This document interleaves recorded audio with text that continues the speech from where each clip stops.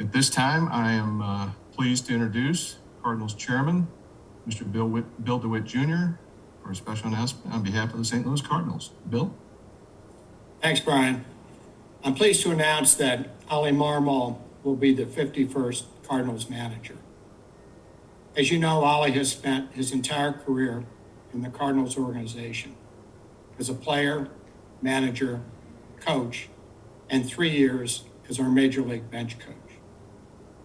He has excellent working relationships with players, coaches, and staff at all levels of the organization. We believe OLI possesses strong managerial skills that will allow for the Cardinals' success to continue well into the future. So, Brian, I'll turn it back to you. Okay, thank you, Bill. Joining us today, of course, Bill, who you just heard from, and Cardinals President of Baseball Operations, John Mozeliak, and Vice President General Manager, Michael Gersh, and then our special announcement, which Bill just made, the newest manager of the St. Louis Cardinals, OLI Marmol. Now we'll turn it over to Cardinals President of Baseball Operations, John Mozeliak. Good morning. Exciting day for the St. Louis Cardinals. As we sit here today, like many of you, I did not think we'd be introducing a new manager for the 2022 season. But here we are. Perhaps the simplest question is, why OLI Marmol? So let me try to answer that.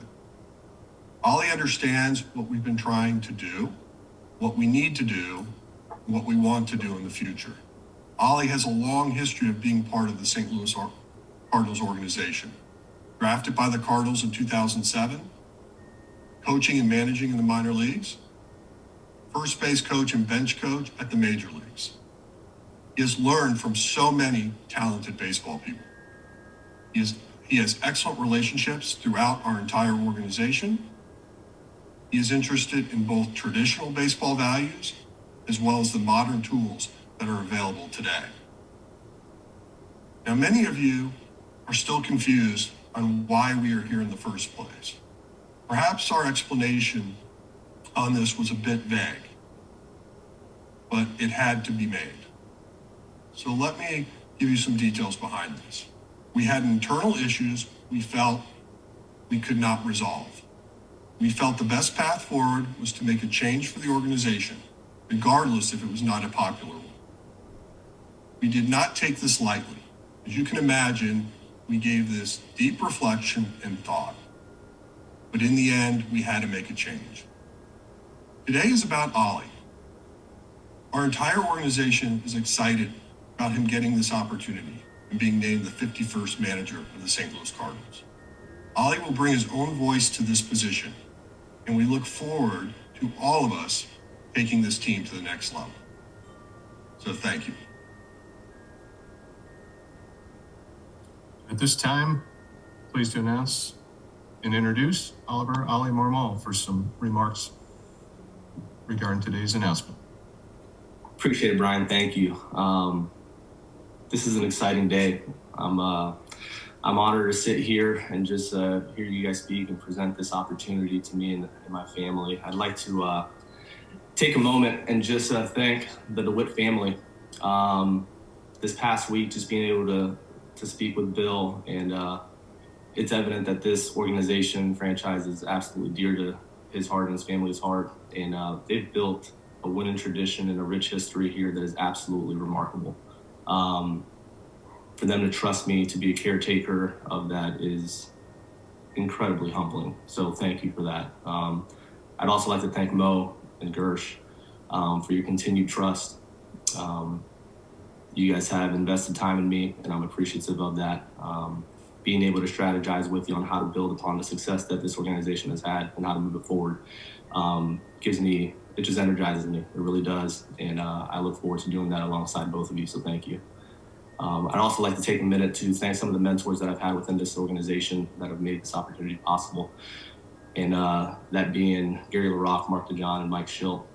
The three of them have invested heavily, not only in their time and energy, but also their wisdom, and have allowed me to be equipped with this opportunity and are supportive of the opportunity that's at hand now. So I'd like to take a minute and just thank them, and I'll continue to build upon what I've learned from them in order to move this forward. So thank you. I'd also like to take a minute to thank my family, my parents, my brothers. The sacrifices that have taken place early on in order for this to be real are numerous, and I'm thankful for that. And last but not least, more important than anybody I've named, my wife. She's an absolute stud, and it's extremely difficult to be a wife of a player coming up through the minor leagues and getting to the big leagues. It's near insanity to be a wife of a coach coming up through the system, and some of the sacrifices and stories are great, but I'm appreciative of her support. So thank you. And then lastly, but not many people get to manage. Definitely not for an organization like this. It's one thing to manage, it's another thing to manage for one of the most historic organizations, not only in all of baseball, but all of sports. And I'm truly looking forward to the accountability that comes with that and the responsibility of leading this staff and players to another championship. So thank you. Thank you, Ollie. Congratulations. At this time, we'll open up to question and answer portion of the program. Again, a reminder to use your raise hand function, and we'll start with Jim Hayes of Bally's Midwest. Hi, Ollie. Congratulations, sir. Appreciate it, Jim. My question is, you mentioned some of the people that were your mentors. Obviously, Shildt was one of them. I know you guys were close. What things do you take away from him in terms of your approach, or what will be your approach, and how do you think you might be a little different from the way Shildt was trying to direct the team? Sure. I take a lot from him. He invested heavily and put his name on me when I was in the minor leagues as a staff member. And what I'll take away from him is his attention to detail. I mean, I think it's evident. We've all noticed the improvements in certain areas of how we play the game, and that comes with, he made it important to himself, to the staff, which makes it important to the players, and you saw a lot of that cleaned up. So I take a lot of that from Shildt. His attention to detail was great. When you ask me how we do things different, for me, it's not so much different, Jim, as much as how do we build upon the success that this organization has had, because we've won here, okay? And it's more so building upon that. And for me, that comes with a heavy emphasis on integrating departments. There's just so much information at hand, and being collaborative, not only with the front office, but with baseball development, with the performance department, with the analytic department. There's just so much that we can tap into that will allow us to move this forward in a way that I'm truly energized to do. Thank you, and again, congrats, sir. Thank you. We'll now go to Frank Cusimano, KSTK St. Louis. Ollie, congratulations on the job. At what age did you kind of know that this was going to be your profession? I know you were drafted by the Cardinals and developed by the Cardinals, but there probably had to have been a point where you knew that I'm not going to make it as a player. I know I want to do this as my job. Frank, I think it was after my third year of hitting a $190.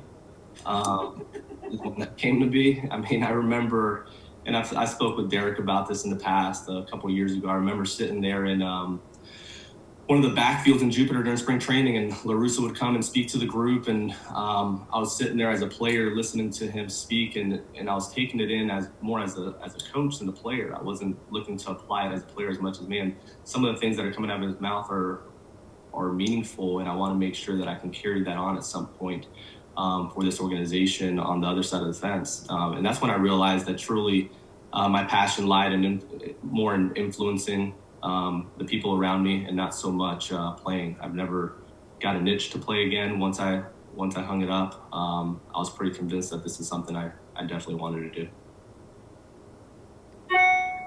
Thank you. Katie Wu with The Athletic. I have a couple of questions. I'll direct the first two to you, if that's all right. Katie, we missed you there at the beginning. What was that? Congratulations. I do have a couple of questions, both for Ollie and for Mo, if that's all right. Okay. Okay. Ollie, I'll just start with you again. Congratulations. And, 2022 has long been estimated as the Cardinals' biggest window of contention.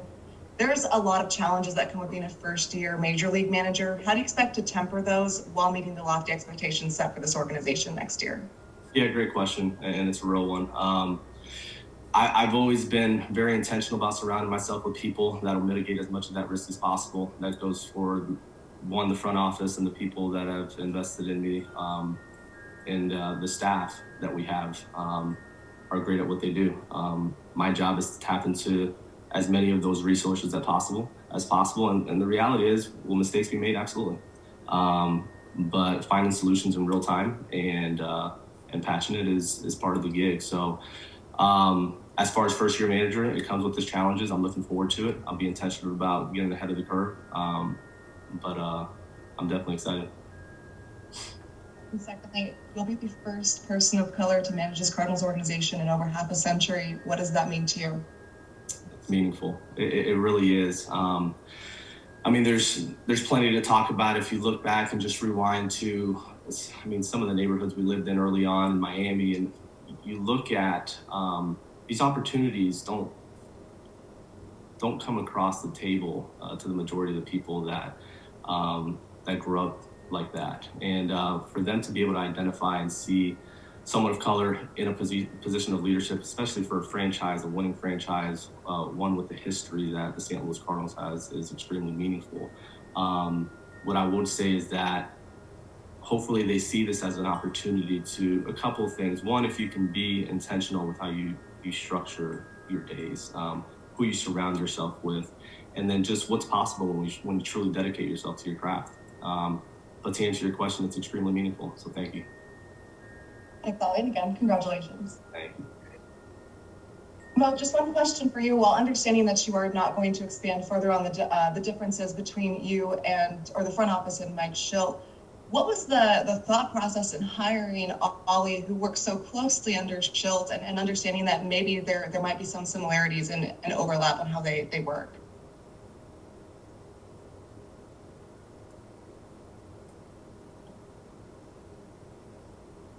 So overall, obviously, when you look at Ollie's career and his career development, there's a lot of connections and dotted lines to a lot of the similar mentors. And so when you look at where we are today, though, as I stated when we opened this, was that Ollie's going to have his own voice. He's going to be able to put his own fingerprints on this. And ultimately, you hope and expect that he learned to do things in his own way, and one that he has a lot of confidence in. And so I think the easiest takeaway for you might simply be to say that I think Ollie learned a lot, he saw a lot, and now he has an opportunity to grow from that. Thank you. Ben Frederickson, St. Louis Post-Dispatch. Ollie, congrats. I'm curious, how you've seen the role of manager change since the days that you were playing for managers and started your path to become a manager, and how you kind of view the role of the modern manager. You touched on it a little bit as kind of how has it changed in your time in baseball, and where is it now? Yeah, I appreciate the question. I think at times there's a misunderstanding as to kind of the newer managers, or you read about what that looks like when it comes to just saying yes to the front office, or it's a matter of being collaborative with the resources that are at hand. It's a matter of being collaborative with the departments that are continuing to grow within each organization. I mean, when you look at what that could look like if there's true synergy between the front office, the baseball development department, and your on-field staff, there's an opportunity to do a couple things. It's being able to understand why you're acquiring certain players, how to best use those players, whether that's starting rotation, bullpen, platoon guy, lineup construction. There's just so many different facets to it that there can be synergy there. And then understanding as well how to implement some feedback loops to make sure that there's accountability to your decision making, right? Like, there's just so much information at hand that can be used. And when you work in a collaborative manner with the front office and your analytics department, it allows you to get feedback on, are the decisions you're making sustainable over 162? what decisions are you making that are, what decisions are you making that aren't. So it's more of a collaborative mindset to answer your question with how managers are operating today opposed to 10, 15 years ago. Enrique Rojas, ESPN Deportes. Saludos, Oliver. Muchísimas felicidades. Quiero que me diga lo que significa para ti como un dominicano seguir el legado de Felipe Alou, Tony Peña, Manny Alta y los otros, lo que significa ser el manager de una de las organizaciones más prestigiosas del deporte de Estados Unidos. No, gracias, Enrique. ¿Cómo estás? Bien. Todo muy bien. Perfecto, perfecto. En lo que estábamos hablando aquí, me acaban de mandar un mensaje Luis Rojas y lo mencionaste ahí porque para mí, como uno se lleva, es bien importante. Y esta oportunidad de ser latino y ser uno de los líderes para una organización que tiene la historia tan importante, es increíble. Ojalá le dé la posibilidad de otro latino ver lo que está pasando aquí y que le dé confianza que es posible cuando ellos se dedican a lo que tienen que hacer. Esto es una posibilidad que estoy bien orgulloso para mí y la familia. Gracias. Tú sabes que tú y yo hemos hablado mucho de eso, de tus raíces y de que viviste incluso parte de tu vida en República Dominicana, pero cuando se hizo el anuncio, mucha gente dijo, Oliver, ¿what? ¿Oliver quién? ¿Cómo te sientes que tú llegas a este cargo tan grande y todavía tú no eres muy conocido en República Dominicana? Es algo que de verdad no lo he pensado mucho. Para mí no es crear un nombre para mí o mi familia o el apellido. Para mí es hacer un trabajo tremendo para la organización. Si al final de todo esto ganamos campeonato y nadie sabe el nombre mío, it's okay, baby. Yeah. Felicidades. Gracias. Derek Gould, St. Louis Post-Dispatch. Congratulations, Ollie. As we've talked a lot through the years, but Mo touched on it there right in the beginning about how sudden this was, and even probably was for the coaching staff to start the year one way and then suddenly have the position of manager open. I wondered if you could speak a little bit about what that was like for you, but also how that informs maybe the previous 24 hours or your first week in the business or in this role as you kind of take a clubhouse that might have gone through a shock at the end of the season and bring it back together for next season. Yeah, it's going to be really important how this next week, just the overall communication with the staff, the players. I've started some of that to make sure that we're gaining ground in the direction that we want to go. But yeah, to your point, it's something that took certain people by shock. And at the end of the day, the reality there is a lot of this usually ends in divorce, right? Like it's part of the gig, it's part of the industry. There'll be a day where it's my turn, that's just how this works. So shocking, yes. I've had conversations with Mike and everybody, and we're in a good spot. That's the best way I can answer that. But as far as moving this forward, to your point, it's going to be very important. It's going to be very important, just overall communication and get everybody on the same page, which I don't think will be difficult at all. Mo, I wanted to ask you a quick question, if that's permitted. Is that all right? Sure. Okay. Given the way that the move happened, how much did you think about and kind of weigh the idea of bringing somebody from the outside in with a new voice versus staying internally, prioritizing the continuity we talked a lot about, but also kind of capitalizing on the momentum you had? Could you walk us through how much you looked outside the organization and then went in the direction of Ollie and staying true within? Right. Obviously, we know the outcome. We stayed internal. As all this was going down, we definitely looked at potential outside candidates, but ultimately our comfort level of keeping that continuity and really building on what we have going. When I spent some time talking to players, other staff members. I mean, net, we felt like we were in a really good place directionally where we were headed.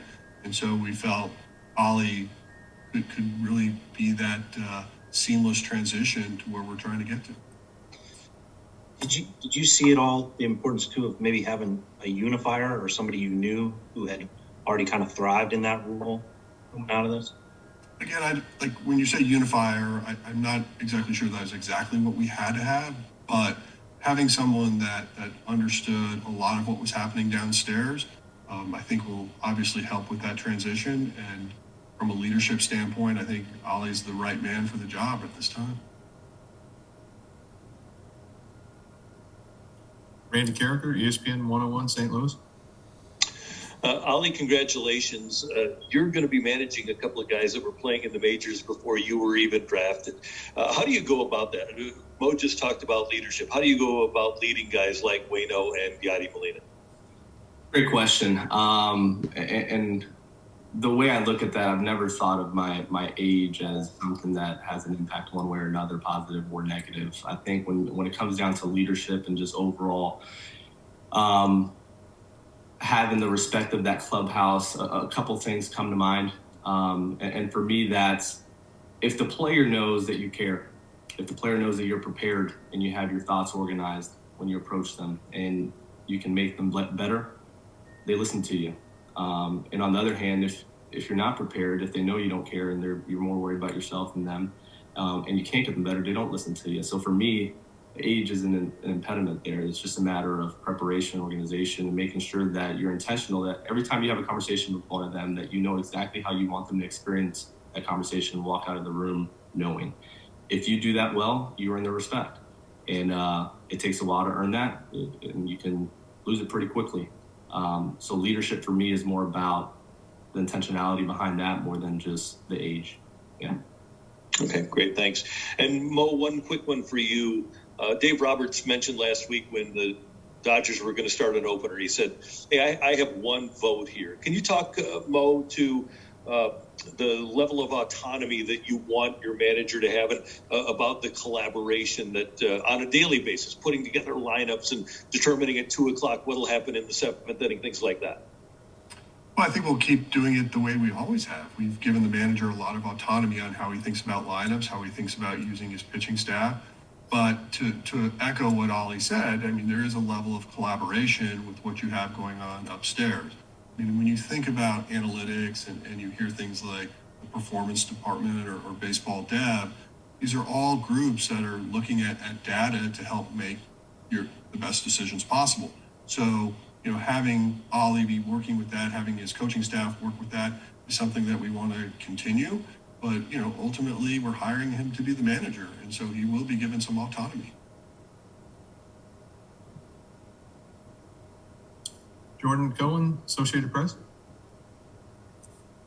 Hey, Ollie, congratulations again. I was wondering if you could speak to, after what happened with Mike, I mean, obviously these jobs are very precious and difficult to get, but after what happened with Mike, did you have some questions that you needed answered when you started talking to Mo and everybody within the organization about the job?